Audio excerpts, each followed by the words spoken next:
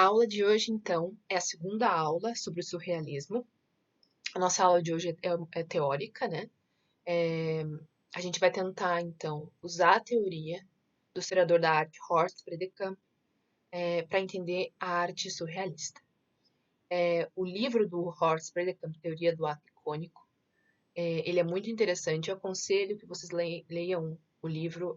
Tem uma linguagem muito simples e é muito legal. O livro que a gente vai ler hoje tem apenas um capítulo dedicado a entender o surrealismo, que seria o ato icônico esquemático. Vou tentar explicar hoje na aula. Eu vou tentar começar essa aula falando de forma geral do que o livro fala, como que o Horst Bredekamp chegou na teoria do ato icônico, né? Quais são as aspirações filosóficas dele para construção da teoria do ato icônico. Ele primeiro começa o livro dele falando que a imagem, ela não é só algo que está no nosso século, assim. Existe aquela ideia de que o século XXI é o século das imagens, e ele mostra que desde a pré-história a imagem é muito presente e ela tem uma função viva na vida das pessoas.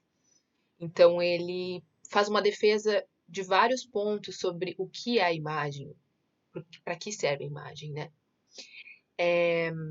A partir disso, ele, então, começa a falar sobre a autonomia das imagens. Ele dá inúmeros exemplos de imagens que parecem vivas, que são ativas, imagens que falam, entre aspas, elas não falam de verdade, mas imagens que têm uma legenda com como se a imagem estivesse se referindo a si mesma com o eu, né? Então, tudo isso que ele coloca, então, seria a autonomia da imagem no sentido de que a imagem ela não depende tanto do homem para existir no mundo. Ela é uma criação do homem, mas ela tem também a sua própria autonomia. Ela tem a sua atividade, né? Então, essa é a ideia dele. A ideia é mostrar que a imagem ela tem uma força própria que não depende tanto da gente. É muito legal uma frase que ele coloca do Leonardo da Vinci, que acho que exemplifica um pouco essa questão da imagem, né? A mensagem é a seguinte: ele fala assim, ó, não me descubras, se a liberdade te é cara, porque minha face é cárcere do amor. Essa frase do Leonardo da Vinci eu gostei muito, né? Essa frase está meio querendo dizer assim, ó, não me descubras, não me tire o pano, não me veja, se a liberdade te é cara, porque minha face é cárcere do amor. Essa liberdade perpassa todo o texto, assim. A questão de que a imagem ela tenha essa força, esse potencial de tirar do homem a liberdade. Ele coloca até um exemplo que eu achei legal, que em determinados momentos era aconselhado que as imagens estivessem cobertas assim com panos e que elas só fossem observadas em momentos especiais, porque se tu deixa a imagem exposta, tu perde a liberdade, ela te domina. Eu achei isso muito legal, assim, é uma ideia muito, isso já foi dito em outras aulas, né? Mas a ideia do ato icônico então, focar bem mais nessa parte da imagem, nessa questão dela ser essa potência, né? Então, ele começa, então, a falar um pouco sobre o que os filósofos acham sobre a imagem, qual é a teoria dos filósofos sobre as imagens, né? E ele fala do Platão, do Heidegger e do Lacan. Ele fala que esses três filósofos, eles concordam que a imagem ela é ativa, que ela tem a sua atividade. Mas ele critica esses filósofos porque ao mesmo tempo que eles concordam com a atividade das imagens, me parece que a teoria deles é relacionada a uma angústia do homem dominar a imagem. Então, por exemplo, ele começa falando sobre Platão, que o Platão tem aquela alegoria da caverna. Não sei se vocês conhecem essa alegoria, mas é uma coisa assim. Tem umas pessoas dentro da caverna, né? E aí tem uma chama, assim, um fogo. E esse fogo, ele reflete na caverna sombras do que está acontecendo lá fora. E aí a crítica do Lacan é que as imagens elas são perigosas assim porque elas só mostram a sombra das coisas. Elas não mostram a verdade das ideias. Então Platão ele é bastante crítico nas imagens, né? Por outro lado ele coloca também qual é a filosofia do Lacan sobre as imagens. E aí ele então eu falei Lacan, eu quis dizer Heidegger, tá? O Heidegger ele tem uma teoria sobre as imagens serem coisas, né? Então, a ideia do Heidegger é que o homem ele não tem capacidade de entender o que é a coisa, o que é aquilo que está ali. A coisa é que consegue se mostrar para o homem ou mirar o homem, né? É bem louco isso que o Heidegger fala, mas é a ideia que o Heidegger também tem de que a coisa, a imagem, ela também tem a sua própria atividade e a nossa interpretação sobre essas coisas não necessariamente diz respeito sobre aquilo, né? O Lacan também segue a ideia parecida com o Heidegger. O Lacan pensa também as obras de arte como coisas e, e ele dá até um exemplo de uma lata que está boiando no mar e tem uma pessoa que está vendo a lata, tem uma pessoa que está num barco vendo a lata, né? E aí ele diz que na verdade é a luz que bate na lata e que faz com que a lata nos veja e não nós que vemos a lata, né? Então, de novo, uma interpretação das imagens como ativas, como algo que nos vê, algo que reflete a nós. E a crítica, então, do Predican é que tudo isso que esses filósofos falam, na verdade, está relacionado a uma angústia do homem sobre a própria autonomia da imagem, né? Então, a partir disso, ele tem uma inspiração nas teorias de atos de fala da linguística, né? A linguística tem uma ideia, a linguística não, alguns teóricos da linguística, né? Mais especificamente o John Austin, ele tem uma ideia de que as palavras, elas não são só palavras. As palavras, elas têm uma potência de modificar o mundo que está fora dela, né? Tipo, as palavras estão no texto e as palavras, ela tem esse potencial de modificar a nossa vida. A teoria do ato de fala do Austin é de que as palavras, elas também são performativas. Então, por exemplo, num casamento, tu aceita, tu diz sim, eu aceito casar com fulano. Essa frase, ela não é só uma frase, ela também tem uma performatividade, que é o ato de tu aceitar casar com alguém e estar na cerimônia e viver aquilo. Então, essa é a ideia dos atos de fala. O ato icônico segue mais ou menos a mesma linha. A ideia é seguir essa parte teórica da linguística, de que as imagens elas têm também esse potencial externo a ela. E então o Bredekamp fala que a imagem ela tem esse potencial de fazer com que tenha um efeito de sensação no nosso corpo, que a imagem tem a sensação de afetar o nosso pensamento e a nossa ação. Mas a ideia dele não é só ver a imagem, o que a imagem faz no observador, mas também ver a imagem como ativa sobre isso, independente do homem. É como a imagem sendo algo que tem essa independência de autonomia, que não depende tanto da nossa interpretação sobre ela, mas como ela também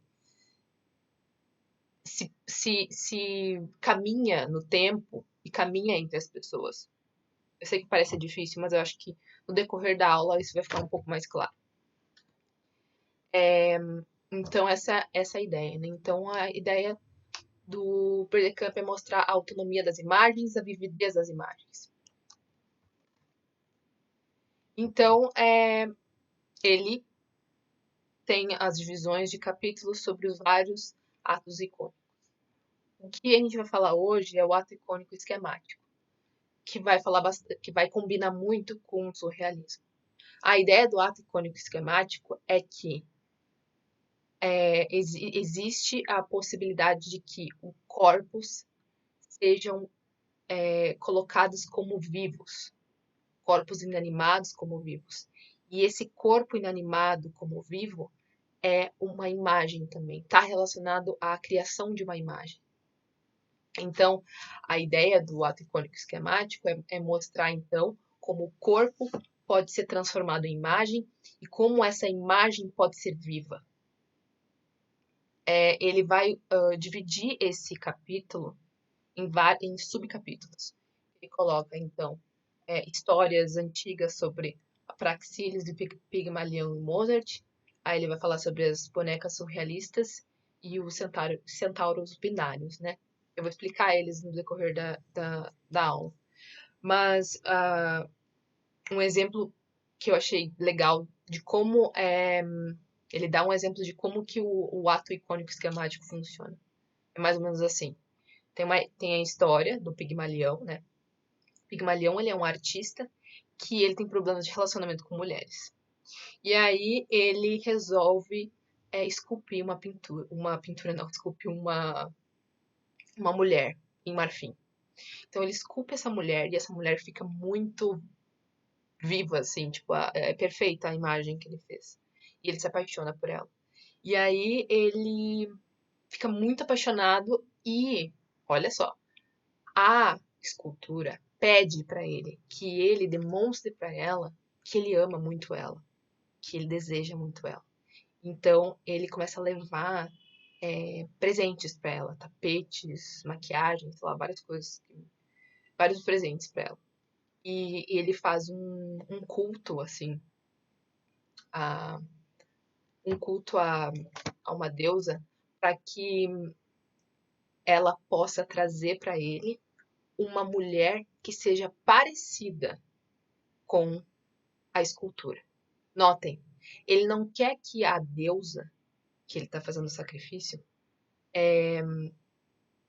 ele está fazendo um culto ou sacrifício, agora eu não lembro, mas ele não quer que a deusa transforme a escultura em uma coisa viva. Ele quer uma mulher que seja parecida com a imagem que ele criou, né?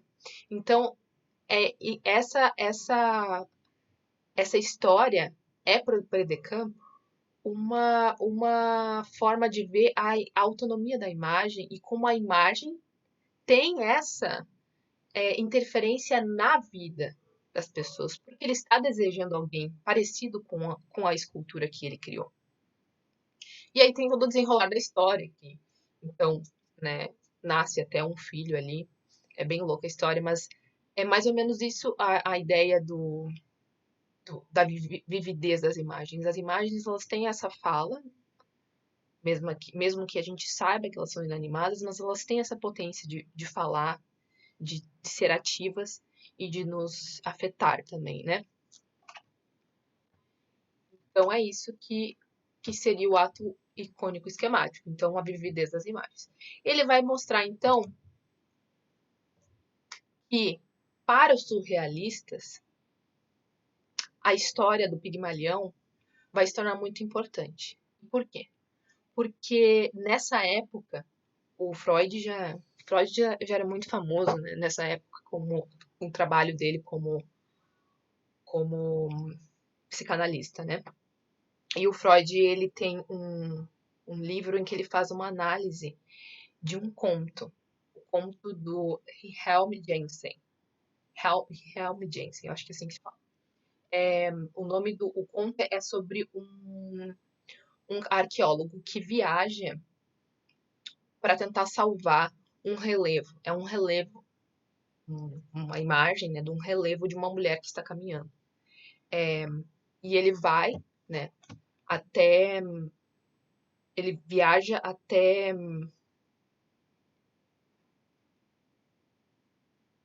Eu acho que é Pompeia.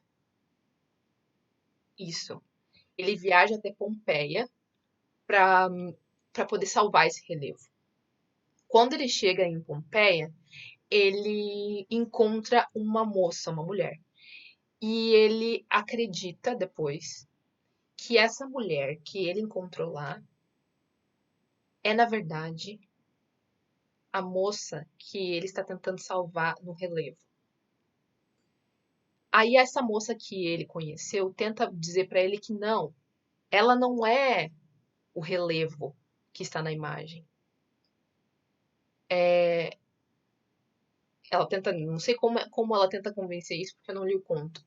Mas a ideia do Freud é que o arqueólogo pensa que ela é a imagem porque o amor que ele tem pelo relevo, o amor que ele sente pelo relevo, na verdade, não é o amor pelo relevo, é o amor por essa mulher que foi recalcado,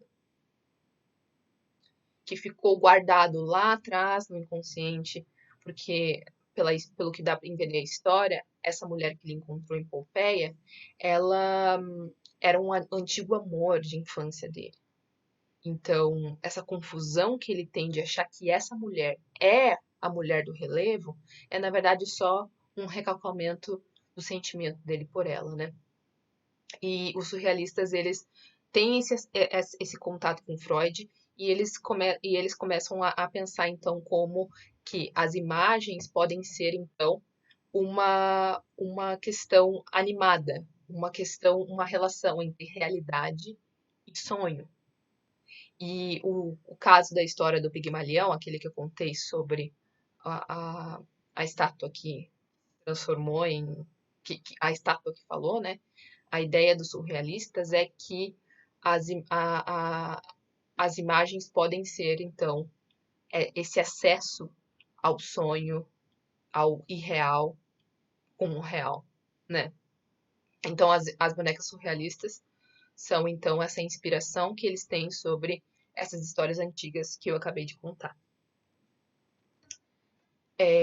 Aqui, por exemplo, no slide, eu acabei colocando uma imagem da Gradiva, do relevo, né? E aqui, ó, é uma imagem de uma pintura surrealista. O nome do pintor dessa pintura é o André Masson. É uma pintura que ele fez em 1939. Então, é a Gradiva nessa pintura. Então, essa a ideia é então que os surrealistas vão então reviver esse mito do Pigmalião por causa dessas análises de Freud sobre então esse recalcamento, esse inconsciente, essa coisa irreal que as pinturas trazem. Então, aqui eu quis mostrar um exemplo de ato icônico esquemático sobre as bonecas surrealistas que foram expostas num encontro de exposição internacional surrealista que aconteceu em 1939 em Paris.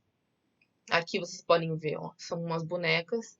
Ali em cima tá o Salvador Dalí, com uma boneca que ele mesmo fez, e tinham vários outros artistas. E as bonecas estão todas, então, montadas, ó, com vários objetos bem bizarros, assim, no corpo delas. Um outro exemplo de boneca surrealista é as bonecas do Hans Belmer. O Hans Belmer, ele foi um artista que ele fugiu durante a Segunda Guerra Mundial, ele fugiu dos nazistas. E, e ele teve que fugir porque, na verdade, o trabalho dele foi perseguido pelos nazistas, acharam o trabalho dele degenerado. E ele tem essa ideia, então, de montar essas bonecas que são, ao mesmo tempo, sensuais, mas também são um pouco horripilantes. Vocês podem ver que elas têm uma coisa meio sombria nelas, assim. Elas são estranhas, assim, mas elas também são muito sensuais. Essas bonecas surrealistas, elas têm um apelo muito erótico. Vocês vão notar depois, se vocês quiserem procurar também na internet, vocês vão ver. Elas são muito eróticas. E eu acho as bonecas do Hans Helmer, especialmente essa primeira aqui, que tá olhando assim para trás, ela é bastante sensual e também traz muito desconforto olhar para ela, né? Então, esse é um exemplo, então, de uma boneca surrealista que está inspirada, então, nesse conto do Pigmalião, né? Uma outra abordagem que o Bredecamp traz sobre o esquema, o ato icônico esquemático, é também o que ele chama de centauro binário. O que seria o centauro binário? Seria, então, essa união entre um corpo vivo e um corpo inanimado, né? Então, é entre o vivo e o inorgânico. Aqui eu coloquei 3 exemplos de imagem que dão um exemplo do que seria esse centauro binário.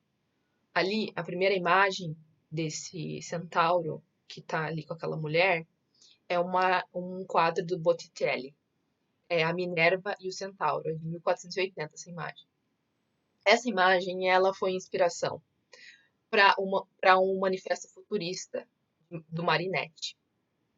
O Marinetti, ele é o cara que está nessa foto aqui, e ele pediu que fosse tirada uma foto dele, em que ele é como se essa foto fosse a ideia do centauro, da imagem do Botticelli, só que na verdade o corpo que está ligado ao dele é o de uma máquina.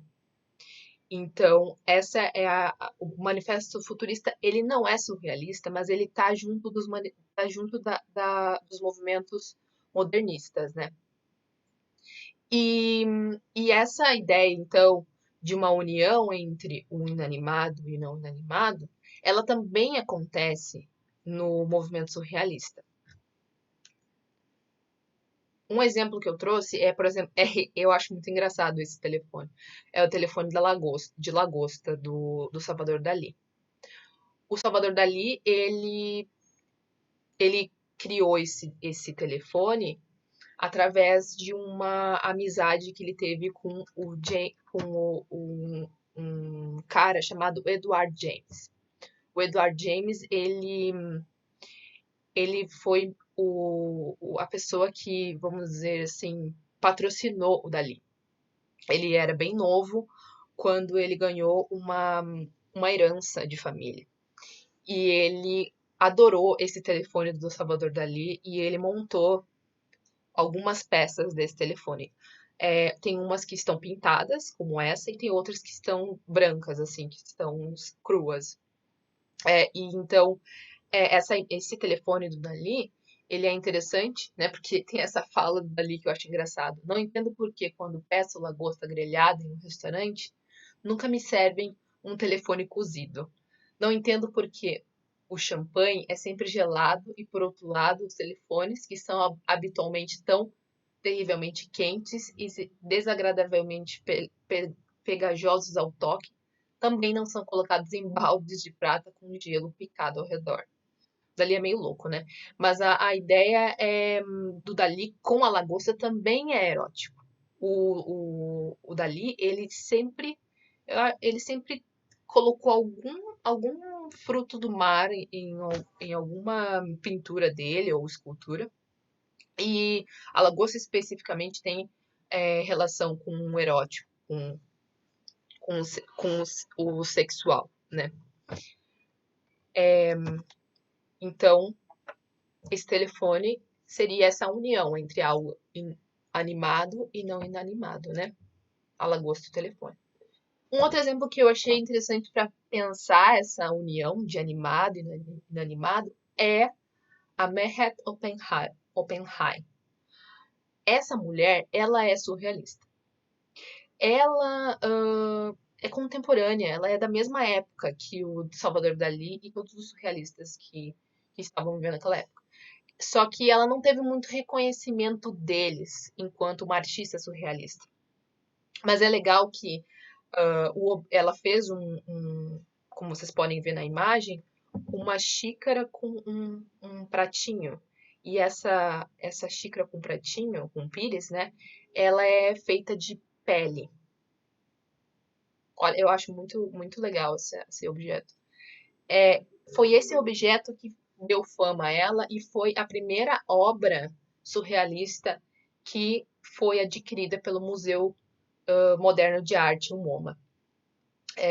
Mas ela também teve outros trabalhos que eu vou mostrar adiante, que também são muito interessantes e que mostram essa tentativa de vivacionar, de tornar vivo objetos. Aqui, ó, esse daqui é legal. É uma. Eu não diria que seria uma performance, pode ser também, mas essa imagem aqui corresponde a uma tentativa anterior que ela teve de convidar amigos para o jantar. E ela colocou na mesa do jantar uma boneca, colocou comida, frutas e comidas em cima da boneca. E aí teve esse jantar com os amigos. O André Breton, que é o moço do Manifesto Surrealista, ele ficou sabendo desse jantar que ela fez com os amigos e pediu que fosse refeito. Só que depois que foi refeito, como está na imagem, essa imagem é a correspondente à segunda tentativa, né, desse banquete. Depois que isso aconteceu, ela foi bastante criticada, porque foi interpretado de forma errada o trabalho dela, como se ela estivesse objetificando o corpo feminino. E ela disse que não era essa a intenção. Quando ela fez esse jantar com os amigos dela, ela tinha um outro significado e quando ela refez isso com o Breton, as coisas saíram da linha, né?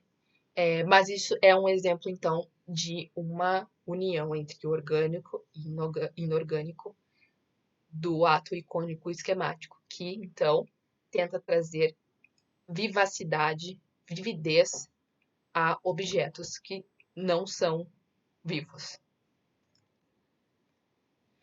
Outro exemplo também, que é da mesma objetos da mesma artista, é um anel de açúcar que ela fez em 1936 e luvas de pele com dedos de madeira. Então são umas luvas de pele e ali uns dedos de madeira, bem estranho. Ela é um exemplo também de um ato icônico esquemático. Então essa união também entre objetos que são vivos e não vivos, né? O que, o que essa aula tentou concluir é que a teoria do Bredekamp mostra que, então, as imagens elas podem ser postas através de corpos e, a imagem ela tem essa vivacidade, ela pode ter essa fala, mesmo que ela não fale. E